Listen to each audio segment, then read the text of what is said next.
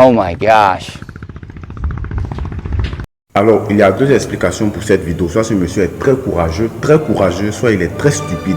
Parce que taper la pose avec un dragon de Komodo, sachant que ce sont les plus gros lézards du monde, 3 mètres pour 90 kilos, ce n'est pas chose à reproduire. En plus de ça, les dragons de Komodo, si le gars le mord, il rejoint directement Arafat. Parce que la morsure du dragon de Komodo contient à la fois du venin et des toxines. Lorsqu'ils vont te mordre, ça va provoquer de l'anticoagulant, ça va faire descendre ta chute artérielle, des lésions internes. En plus, sa morsure est très douloureuse.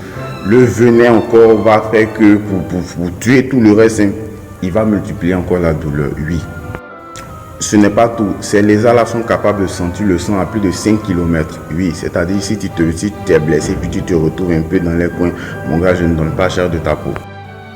Au fait, le dragon de Komodo, c'est ce genre de lézard-là qui mange tout. Quand je dis tout, tout ce qui est comme mangeable, il mange tortue, cabri, il mange tout au fait, tout ce qui est, il y a de la viande, il mange.